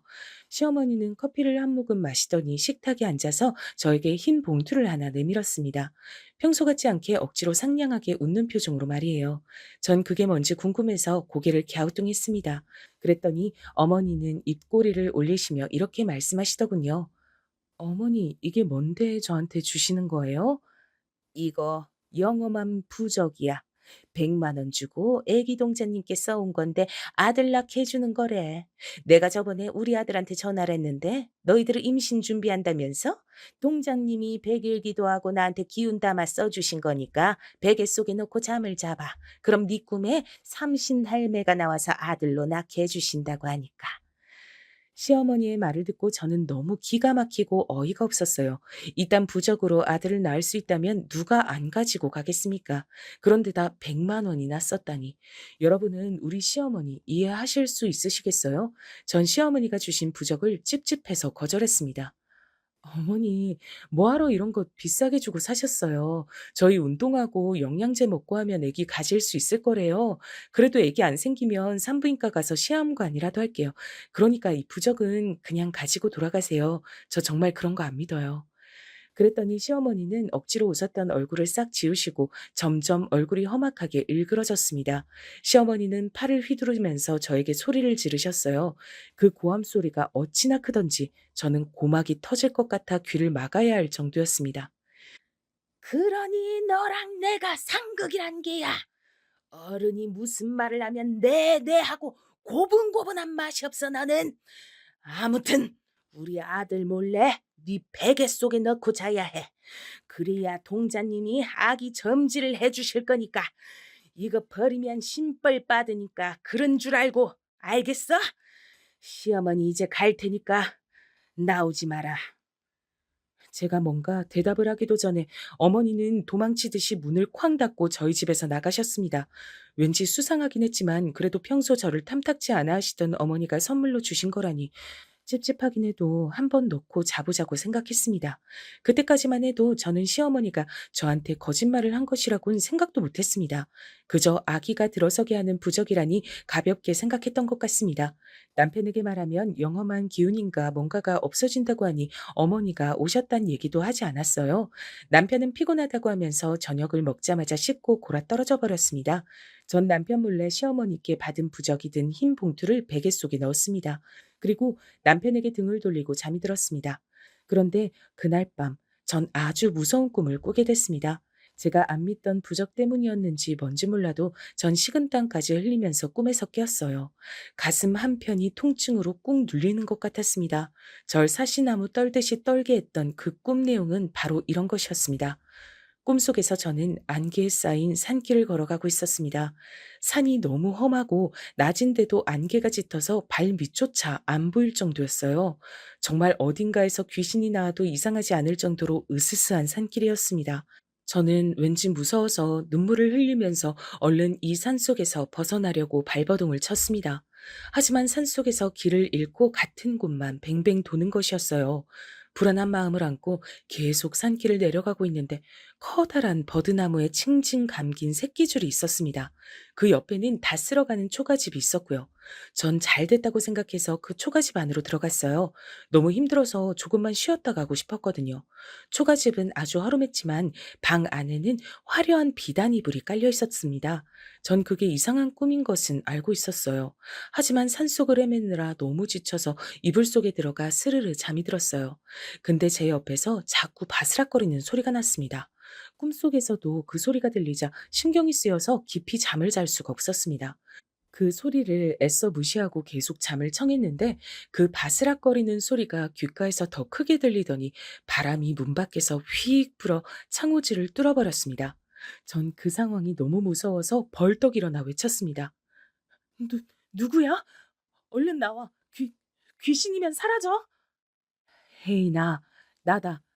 너 지금 잠들려고 하고 있지? 자면 안 돼. 꿈에서도 보고 싶던 친정 엄마의 목소리에 저는 눈물을 펑펑 흘렸습니다. 그리고 초가집 밖에 나와 보았습니다. 거기엔 친정 엄마가 생전의 모습처럼 서 계셨습니다. 엄마는 걱정스러운 얼굴로 산길을 걷다가 지친 절 바라보셨습니다. 전 이게 꿈인지 생신지 정말 구분이 되질 않았어요. 그리운 엄마의 얼굴을 다시 본다는 건 너무 좋았지만 죽은 사람이 꿈에 나오는 건 좀 불길하다는 생각이 들어서였습니다. 전 꿈속에서 어머니에게 무슨 일이 있느냐고 물었습니다. 그랬더니 어머니는 경악할 만한 얘기를 하시는 것이었어요. 엄마, 혹시 나 때문에 꿈속에 계시는 거예요? 무슨 일 있으세요? 정신 차려. 엄마는 우리 딸한테 경고해 주려고 온 거야. 그 베개 속에 있는 부적, 얼른 꺼내서 태워버려라. 그거 정말 흉한 물건이야. 누가 줬는지 너에게 해코지 하려는 사람이 준 거다. 명심해라. 얼른 일어나서 태워버려. 친정 어머니가 그 말을 저에게 남기고 사라지자 초가집마저 온데간데 없어져 버렸습니다. 전 너무나 놀라서 가슴을 부여잡고 꿈에서 깨어났습니다. 악! 하고 소리를 지르자 옆에서 잠들었던 남편까지 놀라서 벌떡 일어났습니다. 남편은 제가 가위에 눌린 것을 알아보고 걱정이 되어서 한마디 하더라고요. 여보, 왜 그래? 괜찮아? 귀가 허해졌나? 이 식은땀 좀 봐.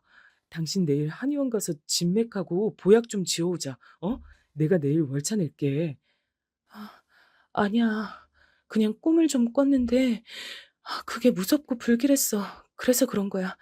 나 아무렇지도 않아. 그냥 다시 자. 저는 거짓말로 남편을 안심시켰어요. 시어머니가 준 부적 때문에 이상한 꿈을 꿨고 친정 엄마가 나와서 그 부적이 재수가 없는 거라고 새벽에 일어나서 말하기엔 너무 길고 복잡했어요. 그리고 저는 그 부적이 도대체 무슨 용도인 건지 알아봐야겠다고 생각했습니다. 불안한 눈으로 절 쳐다보던 남편을 다독여서 다시 잠들게 하곤 전 살짝 베개 속에서 흰 봉투를 다시 꺼냈습니다. 그걸 핸드백 속에 넣어두고 다시 잠을 청했더니 꿈 하나도 꾸지 않고 개운하게 잘 잤습니다. 다음날 남편이 출근하고 나서 전 그 부적을 가지고 친구에게 갔습니다. 친구는 취미로 민속학을 하다가 뒤늦게 대학까지 나와서 친구들 점을 재미로 봐주는 친구였습니다. 전 친구에게 시어머니가 이걸 줬다면서 핸드백을 열고 부적을 보여줬습니다. 그랬더니 그 친구의 표정이 어두워졌어요. 친구는 심각한 얼굴로 이걸 누구한테 받았느냐고 물어봤습니다. 이거 주술을 위한 건데 내가 알기론 해코지하고 싶은 사람 있을 때 몰래 베개 속에 넣어두라고 하는 것 같던데 이런 흉한 물건은 주지도 받지도 말아야 하는 거야. 근데 이거 진짜 너희 시어머니가 주신 거 맞니? 처음부터 내가 그 집안하고 결혼하지 말랬잖아. 그니까 내 말 들었어야지. 네 남편은 뭐라고 하지 않아? 남편은 몰라. 시어머니가 무당한테 홀려 계신 것만 알지. 나한테 저주 건 것까지 말하진 않았어. 시어머니가 어제 와서 아기 생기게 하는 부적이라며 꼭 베개 속에 넣고 자라고 신신당부를 하시더라고. 남편하고 헤어질 생각도 없고 난 시어머니만 안 보고 살면 소원이 없겠다. 처음엔 정말 잘해드리고 싶었는데 왜 그렇게 날 미워하시는지 이해가 안 돼. 내 생각엔 그 무당이 네 시어머니 조종하는 것 같아. 경찰에 신고해. 사기죄로 신고하면 될 것 같아. 내 말 명심해. 너희 친정엄마가 꿈에까지 나와서 경고하신 거면 말이야. 너한테 조만간 나쁜 일이 일어날 수도 있으니 정말 조심해. 친구는 찝찝하고 불길하다고 하면서 자기가 그 부적을 태워버리겠다고 달라고 했어요. 그래서 저는 친구에게 부적을 조금만 보관해 줄 수 없느냐고 부탁을 했습니다. 나중에 그 무당을 사기죄로 고소하거나 할 때 증거로 쓸 수 있지 않을까 하는 생각이어서였습니다. 친구는 그런 용도라면 알겠다고 하면서 그 찝찝한 걸 나무 상자에 넣어서 친구 방에서도 아주 먼 곳으로 치워뒀습니다. 그 친구의 말에 따르면 그게 내뿜는 기운이 너무 독해서 올해는 못 갖고 있는다고 하더군요. 그러면서 얼른 경찰에 신고하고 증거 가능한지 물어보라고 하더라고요. 저는 친구에게 그 애기 동전의 신당에 같이 가주면 안 되느냐고 부탁을 했어요. 원래 혼자 가야 맞는 건데 정말 그 여자가 너무 무서워서 혼자서는 갈 용기가 나지 않았습니다. 친구는 흔쾌히 같이 가겠다고 했습니다. 고등학교 때 저랑 엄청 친했던 친구였거든요. 말 나온 김에 지금 가자고 친구는 재촉을 했어요. 그 사기꾼 같은 무당의 정체를 밝혀주겠다고 말이죠. 전 친구와 같이 용기를 내서 그 애기 동자에게 갔습니다. 그랬더니 그 무당은 제 얼굴을 보자마자 벌벌 떨면서 소금을 마구 뿌리는 것이었어요. 알았구나. 네 시어머니가 애기 들어서게 하는 거라고 안 했어? 왜 우리 어머니 속여요? 당신이 나 해코지하려고 그런 거지? 왜 그랬어? 당신이야말로 신벌 받으려고 작정했어? 속이긴 누가 속였다고. 네 시어머니가 너가 임신할 거라고 하면서 애기 사산시키는 걸로 주문한 건데 네 시어머니는 너가 애기 갖는 거 원하질 않아. 그리고 기어인 인연을 아들하고 이혼시킬 거래. 뭘 알고 그런 소리라는 거야? 나도 너 같은 며느리 싫다. 그러니 썩 나가. 무당은 제 머리채를 잡고 질질 끌면서 친구랑 저를 내쫓아 버렸습니다. 신당 밖에 나온 친구는 별말 없이 휴대폰으로 녹음한 그 신당에서의 대화를 들려주었습니다. 이 정도면 신고해도 되겠다고 하면서 말이죠. 그리고 무당이 제 머리채 잡고 절 모욕한 것에 대해서도 기꺼이 증언해 주겠다고 했습니다. 그 길로 저희는 무당집에서 가까운 파출소로 직접 가서 그 나쁜 여자를 신고했고 조사를 부탁했어요. 경찰관은 녹음 파일을 듣거니 금전적으로 부적값에 대한 영수증이 있어야 사기죄로 집어넣을 수 있다고 하면서 곤란한 표정을 지었습니다. 친구와 저는 크게 실망을 했어요. 그래서 경찰에게 협박이나 모욕죄, 머리채를 잡았으니 폭행죄로 구속은 안 되느냐고 물었습니다. 그랬더니 그런 사람들 구속시키기엔 강도가 너무 약하다는 것이었어요. 경찰에서도 도와줄 수가 없다고 하니 어쩔 수 없이 저희들은 시어머니를 찾아가기로 했습니다. 저는 시댁은 혼자 가겠다고 친구에게 말했지만 제 친구는 혹시 시어머니가 저에게 무슨 짓을 하진 않을까 걱정이 된다고 하면서 따라가겠다고 했습니다. 저는 눈물나게 그 친구에게 고마웠어요. 결정적으로 시어머니와 인연을 끊을 수 있게 도와준 친구거든요. 시댁을 찾아가니 시어머니는 눈살을 찌푸리면서 절 반기지 않으셨습니다. 여기는 왜 왔느냐면서 얼른 쫓아낼 분위기를 풍기자 저는 다시 주눅이 들어 아무 말도 못했어요. 그러자 제 친구가 저 대신 나서서 반박을 했습니다. 이미 그 무당집에 가서 다 알고 왔다고 왜 이런 흉한 부적을 임신할 수 있는 거라고 속였느냐고요. 그랬더니 시어머니는 코웃음을 치면서 소리를 버럭 지르셨습니다. 말했잖니. 난 너한테 내 아들씨를 낳게 하고 싶지가 않아. 네가 싫은데 어떻게 그 애를 손주라고 봐줘? 난 너 며느리로 인정 안 한다고. 그러니까 얼른 나가. 시어머니가 미친 듯이 날뛰면서 오히려 성을 내자 꾹 눌러오던 저도 더 이상 참을 수가 없더라고요. 팔짱 끼고 저 대신 싸워주던 친구에게 진정하라고 말한 다음 저는 시어머니에게 다가가 어머니의 뺨을 한 대 쳤습니다. 그랬더니 친구도 시어머니도 눈을 휘둥그레 뜨고 놀랐습니다.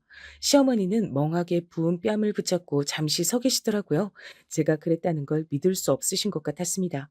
그러다 어머니는 순간 마구 소리치며 제 멱살을 잡으셨어요. 어떻게 네가 감히 어른 뺨을 올려붙여? 네 년이 정말 미쳤구나. 너도 한 대 맞아볼래? 네, 때리세요. 저는 이렇게라도 해서 어머니랑 연 끊을 수 있으면 좀 두들겨 맞아도 돼요. 어머니도 제가 이렇게까지 할 수밖에 없는 이유를 아시잖아요.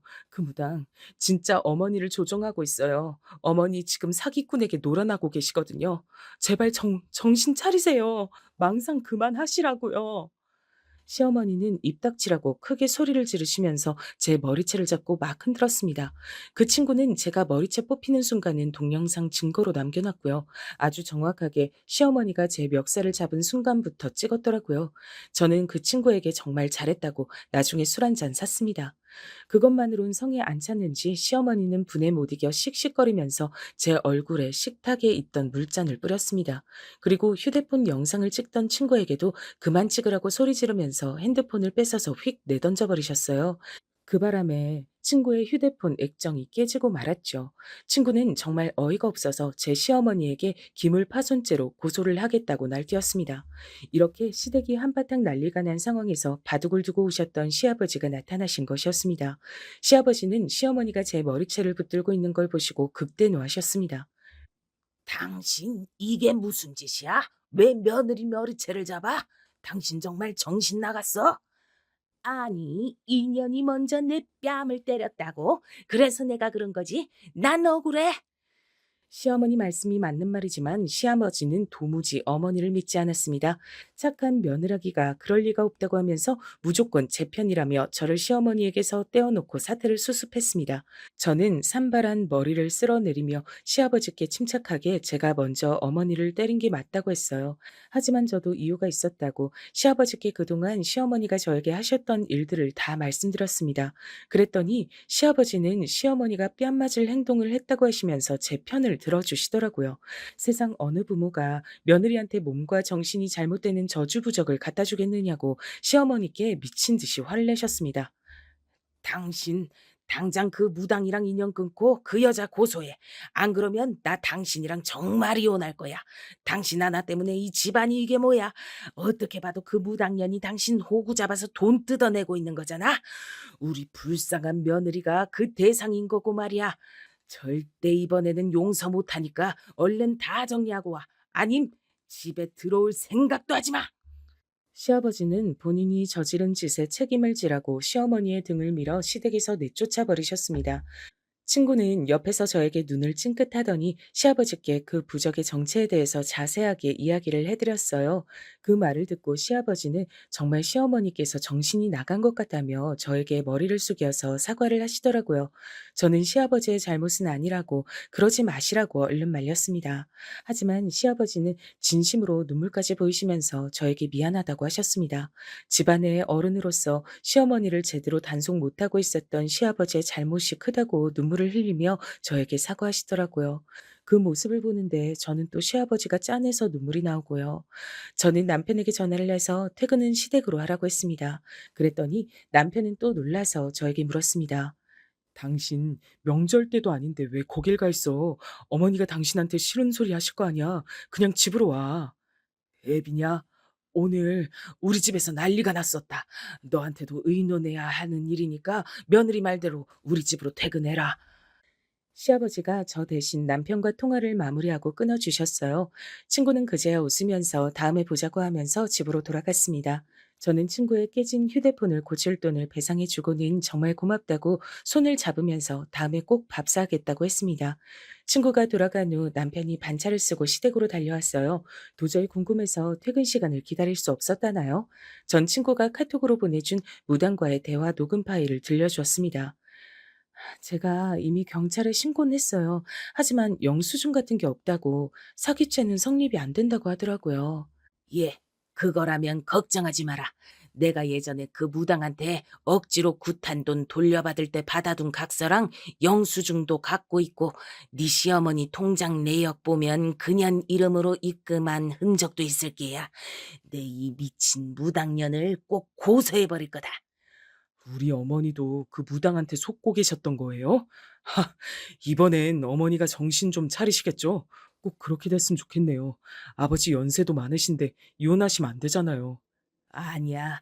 엄마가 끝까지 정신 못 차리고 계속 며느리 구박하면 이 애비 네 어머니랑 이혼도 불사할 게다. 내 돈 갖다가 미친 무당년한테 바친 네 엄마를 뭘 믿고 애빈 혼자서도 잘 살 게야. 마침내 어머니는 그 무당의 가스라이팅에서 빠져나오시긴 한 것 같습니다. 어머니는 처음에 시아버지에게 쫓겨나 무당집에 가서 펑펑 울면서 복수해달라고 조르셨대요. 하지만 그 무당이 자기가 신발 떨어진 걸 비밀로 한 사실을 알자말자 돌변하셨다고 하더라고요. 어머니는 그 몹쓸 무당의 가스라이팅에 당해 괜히 저를 미워한 것 같다고 미안해하셨습니다. 하지만 전 어머니가 그동안 제게 한 짓을 잊을 순 없더라고요. 제가 마음이 풀리면 찾아뵙겠다고 했고 없다고 아직까지 어머니와 대면을 하진 않고 있습니다. 시아버지는 그 무당과 연을 끊어 이혼은 면했다면서 앞으로 다시는 점 따윈 보러 가지 말라고 확실히 시어머니 단속을 하셨답니다. 남편도 저한테 시어머니가 보낸 문자나 카톡 사진 등 저주의 흔적을 보고는 시어머니랑 연을 끊어도 할 말이 없다고 너무나도 미안해 하더라고요. 그동안 왜 이야기하지 않았냐고 하면서요. 그래서 저는 남편과 헤어지고 싶지 않아서 참았다고 했습니다. 그리고 제 친정 아버지에게는 절대 비밀로 해달라고 했고요. 친정 아버지가 아시게 되면 남편하고 사이가 안 좋아질 것이 뻔했으니까요. 이제껏 장인이랑 사이가 나쁘지 않았는데 괜히 긁어부스럼을 만들 필요는 없는 것 같아서 말이죠. 다행히 그 무당만 사기죄로 구속이 됐습니다. 벌금 몇 천만 원 내고 풀려났다는 소식은 들었는데 그 동네에서 더 이상 신당은 못하게 되어 어디론가 사라졌다고 하더라고요. 또 어딜 가서 사기를 치고 다닐 건지 걱정이 되긴 합니다. 여러 우여곡절은 있었지만 그래도 끝이 좋게 마무리되어 다행인 것 같습니다. 그냥 내 인생의 액땜은 이것으로 끝났으면 좋겠네요. 그리고 꿈에서 저에게 경고해 주신 친정엄마에게 감사해요. 친정엄마 덕에 그 무서운 부적의 저주를 피할 수 있게 됐으니까요. 여러분, 제 사연은 여기까지입니다. 시원한 여름 나시길 바랄게요. 긴 글 읽어주셔서 감사합니다.